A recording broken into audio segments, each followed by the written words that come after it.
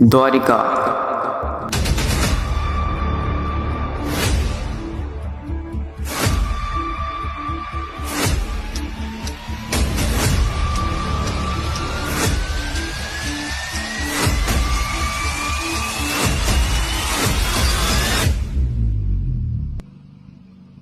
द्वारिका एक ऐसा शहर जहां 900 से ज्यादा महल थे, जिसके फर्श चांदी के थे, दीवारें क्रिस्टल की और फर्नीचर तक सोने का। जहां समुद्र के किनारे बागों में मोर और हंस घूमा करते थे, यही था द्वारिका, श्री कृष्ण की नगरी, जिसे आज भी समुद्र में डूबी हुई सिविलाइजेशन माना जाता है। लेकिन क्या यह सिर्फ एक कथा है या फिर वाकई ऐसा कोई शहर था जो समुद्र में समा गया? भगवत पुराण के अनुसार मथुरा में कंस का वध करने के बाद श्री कृष्ण को लगने लगा कि मथुरा अब सुरक्षित नहीं रही। लगातार आक्रमण हो रहे थे, खासकर कंस के ससुर जरासंध के।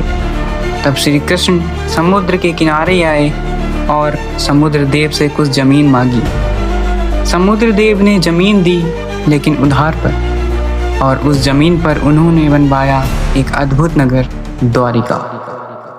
इस शहर का निर्माण स्वयं विश्वकर्मा ने किया था। देवताओं के दिव्य शिल्पकार। यह नगर इस तरह से बनाया गया कि उस पर आक्रमण करना लगभग असंभव था। यहाँ तक कि एक किला था जिसे बारी दुर्ग कहा जाता था, जहाँ एंटी एयरक्राफ्ट जैसे अस्त्र शस्त्र भी थे। शायद आपको लगता हो यह सिर्फ एक कहानी है, लेकिन जब दुनिया उड़ने की कल्पना भी नहीं करती थी, हमारे ग्रंथ विमानों की बात करते थे। महाभारत युद्ध के बाद गांधारी ने श्री कृष्ण को श्राप दिया, जैसे मैंने अपने पुत्रों का नाश देखा, वैसे ही तुम भी अपने वंश को नष्ट होते देखोगे। इस श्राप से यदुवंशियों में गृह युद्ध शुरू हो गया। भाई भाई में ही लड़ाई हुई और पूरे वंश का विनाश हो गया। और जिस दिन श्री कृष्ण ने पृथ्वी पर अपनी लीला समाप्त की, उसी दिन द्वारिका समुद्र में डूब गई। कहते हैं श्री कृष्ण का बनाया हुआ नगर किसी युद्ध से तो बच गया, लेकिन एक माँ के श्राप से नहीं बच पाया।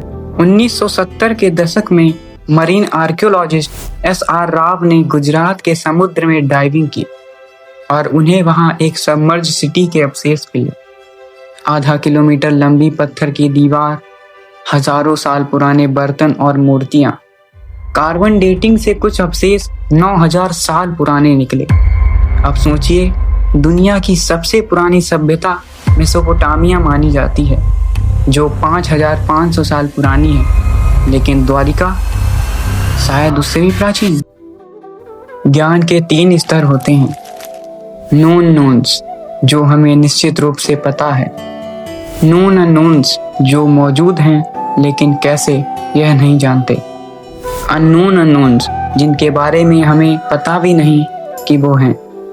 द्वारिका तीसरी श्रेणी में आता है।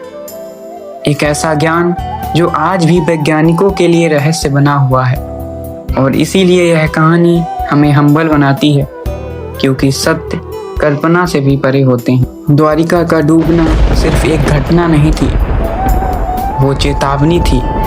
अगर श्री कृष्ण भी एक माँ के श्राप से नहीं बच पाए, तो हम क्यों समझते हैं कि हम अपने कर्मों से बच पाएंगे?